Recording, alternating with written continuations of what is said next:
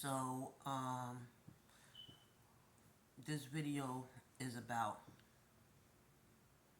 giving them the pass. So, with that being said, we're on Questions and Lessons, Sakina Jones TV. I also have one coming called Backwards America Podcast, Sakina Jones. They'll be coming out soon, and my merch be coming out soon. I know I'm saying it, but it's getting there. It'll be coming out soon, and that will be SJ Dialysis Clothing Line. It support people on dialysis or any other people with chronic illness. So um, I'm promoting that. I had to get that out. So before we start this lesson, I know y'all wondering about why y'all looking at a ceiling and the lights in it and what's that called? A smoke detector's going off. Well, let's get to the ceiling.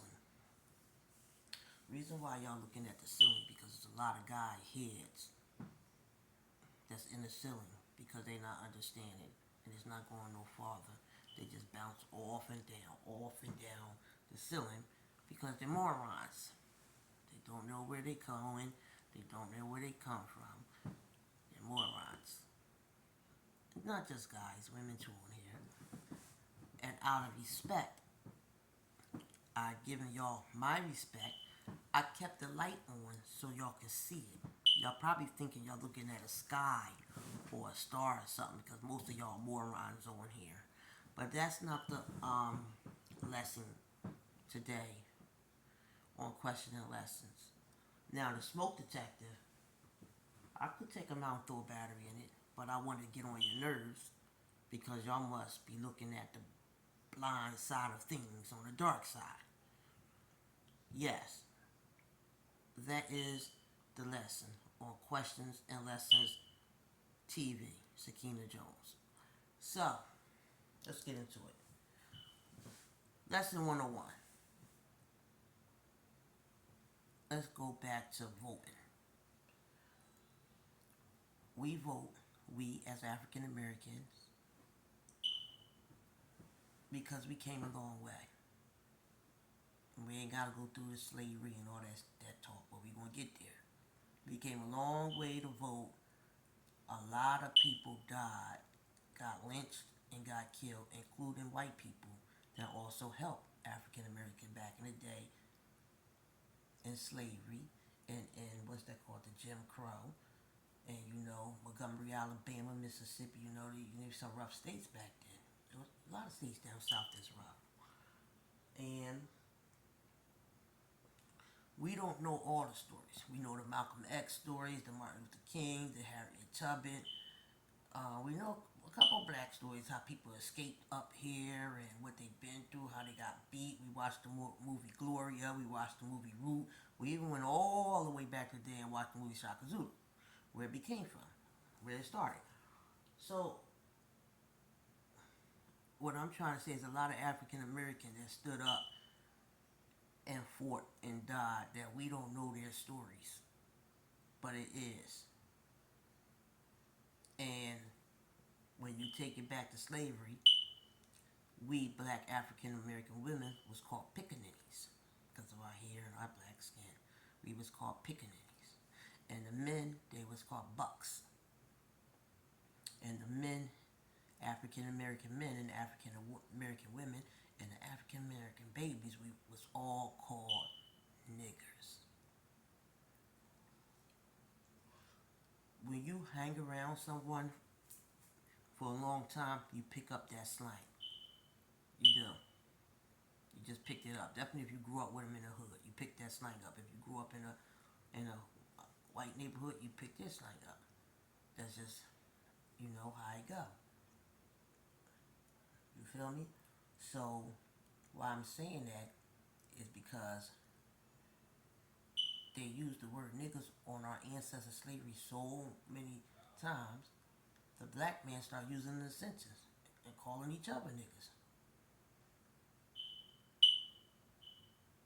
And through time, we fight, we fought, and our ancestors been through stuff and learned that the word nigga means ignorant, illiterate, and dumb because they kept black people from wanting to learn how to read. But once black people learned how to read, we basically took over everything. America was built on African American men, right? So, um, that's what the word nigga means. Some say nigga, some say nigger. It's both the same thing. It's both the same thing. And me growing up in the hood as an African American woman, I use it as slang too. I picked it up when I was a little girl. What's up, nigga? Hey, that's my nigga over there. We shouldn't. I'm gonna keep it real. We shouldn't. Not need to try to stop. You see? So that word nigger been around a long time. That energy rubs off of energy. That's true. People energy rubs off of other people energy. That's why you try to keep positive people around you. You try to think positive, right? So we was thorough about it back in the 40s and the 30s. I can't say we. They was thorough because I was born in the late 70s. But they was thorough about it back in the 40s and the 70s, and they did the march, and people died and got lynched to the part where if you call someone a nigga, you could lose your job. You was not allowed to say that word at even to today. You go on national TV and a white person can argue with a black person, they call them niggas a big thing. You can't even say that no more, right? But we still say it. We, as African Americans, say it to each other, right? But back in the 40s, 50s, 60s, and 70s, even the 80s, and even part of the 90s, when you heard a white person say it, we was on it. Who are you calling nigga? Nigga this, nigga that. Or even if they said it as in a slang way, we was on it. You not even allowed to say it in a slang way. And back in them days, them white people that grew up with black people, and I had a lot of, and I'm from the hood, white people that grew up with black people, and argue and curse and all that stuff, but never use that word nigga because they knew what it was. Now we go on different generations because this generation we're going to jump on that. You see what I'm saying? So I had to explain that to get to what I'm talking about. Now, the dark side, 050. I know y'all hear me. Y'all don't need to address me, but you can hear me. First of all, I do like DJ Velow because I don't think he bring any harm. But I am a righteous sister. I appreciate it if he can cut just a little bit, or actually cut it out using the word nigga. When people jumped on him about it, you know, he was trying to prove himself and reason why he say the word. Grew up with black people, and he had the slang, and it's in his slang, but he have to, this is this generation, that he have to not use it.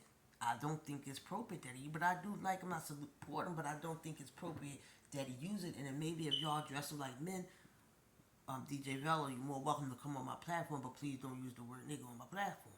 And I know in his head, y'all use it to each other, y'all use it to each other, but it was explain why. You know?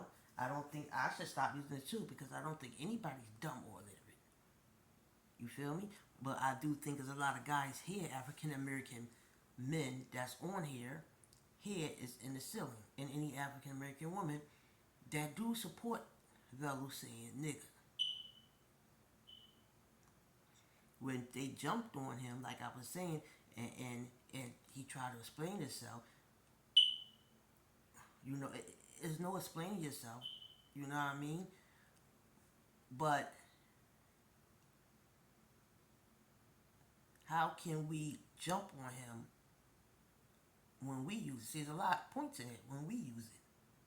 Because we can. We can use it. We don't do no. Because back in if you come from home, if your family taught you about black history, a lot of people died, got lynched, got killed. Black women got raped by the white man right in front of their husband. Men got raped. Master took them out and raped them. You know, You cannot use that word. It's disrespectful, Velo. And it's disrespectful to us. And I like your show because you are a positive dude. Now, if y'all don't jump on him and talk to him with sense, maybe he'll stop using it. You feel what I mean? No one never called you out your name unless y'all was arguing back and forth. Then they came out. But no one never said use the word cracker or to use the word KKK. What's up, KKK? What's up, cracker? Like people say, what's up, my nigga? Nobody used that to you. You know? And I'm not saying you haven't been called racial slurs, Velo, because you have. But it was an argument between two guys. You was arguing with somebody. It's no excuse for it. Black men, there's no excuse saying racist words. No excuse for Velo saying it. There's no excuse. It has to stop.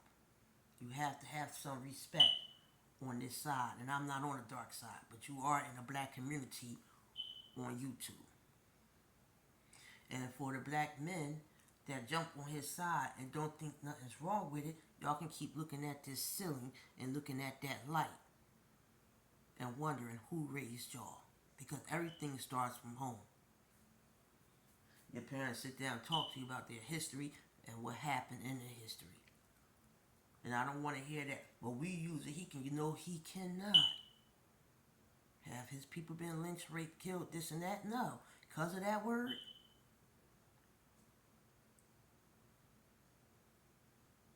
Y'all should be more ashamed and embarrassed of yourself than DJ Velo using that word and disgracing our race like it's okay to use it. And I'm talking about y'all African American men that sits up there and have his side on using that word. Y'all should go and find out who your guardian was, and I'm not talking about nobody's mother or whatever, and sit down and ask them about your history. Because I was always told as a little girl, my older brothers always told, if somebody called you that, you punch them in their mouth. That's what we was told. Now, he's not using it, well, you don't know how he's using it, in a bad way. But, Velo, you know it's wrong. Somebody played a tape which you was about to say the word, but you stopped and you changed it, so you know it's wrong.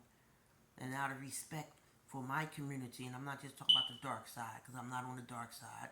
I'm my own channel, Sakina Jones channel. But for my community, the African American community on YouTube, out of respect, can you try not to use it? And I know it's hard because you probably was raised around that slang. And if you don't want to, it's all good. I still support your channel. You still stand up, man. I still support your channel. Now, that was my lesson for the day, and I have a question, Harlem Legend. Everybody have a quiet side, everybody got a humble side, and everybody got the side I'm on top of them. You have good footage, you have good content. I give you that. One of the smartest nerdy niggas on 050 Harlem Legend, and I always liked that you and supported you. But you got your platform off of 050 too. Even if you, Saladin, and what's his name? The 050 nigga, China. Even if y'all started out together, you didn't jump on your platform till about 4 or 5 months, maybe I'm wrong, or 6 months afterwards. And when you was doing it, it grew and it grew and it grew. But you got your name from 050, and you got your platform from 050 too. We don't see the humble side of you anymore. Now we see you on top. That's just something. That's just something that ask you. What makes you so different than DJ Velo besides your skin color? Because a lot of guys got their platform from 050 China Brim's platform. Even if you started out first on his platform and all y'all started together, a lot of guys got their platform from 050 China Brim's platform. So, who do you think you are now? That's the question. And do you think you owe DJ Velo an apology? Because I think you overact and you did too much. Talking about you can't, talking about you can't get with him because he did this and he did that, and he came up and explained himself. Then you found something else to jump on him about. We get it, you don't like him, but don't make it seem like you just jumped in and built a big giant platform. You got your shit off of 050 China Britain platform. Be thankful, brother.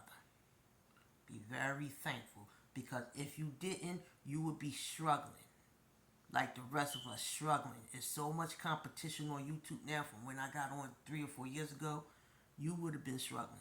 So make sure you be very thankful and don't get above yourself. But rather than that, I salute 050. I salute your platform Harlem legend, DJ Vella. Keep your head up. And with that being said, thank you. Thank you for listening to my video. This is Questions and Lessons, Sakina Jones TV. Salute.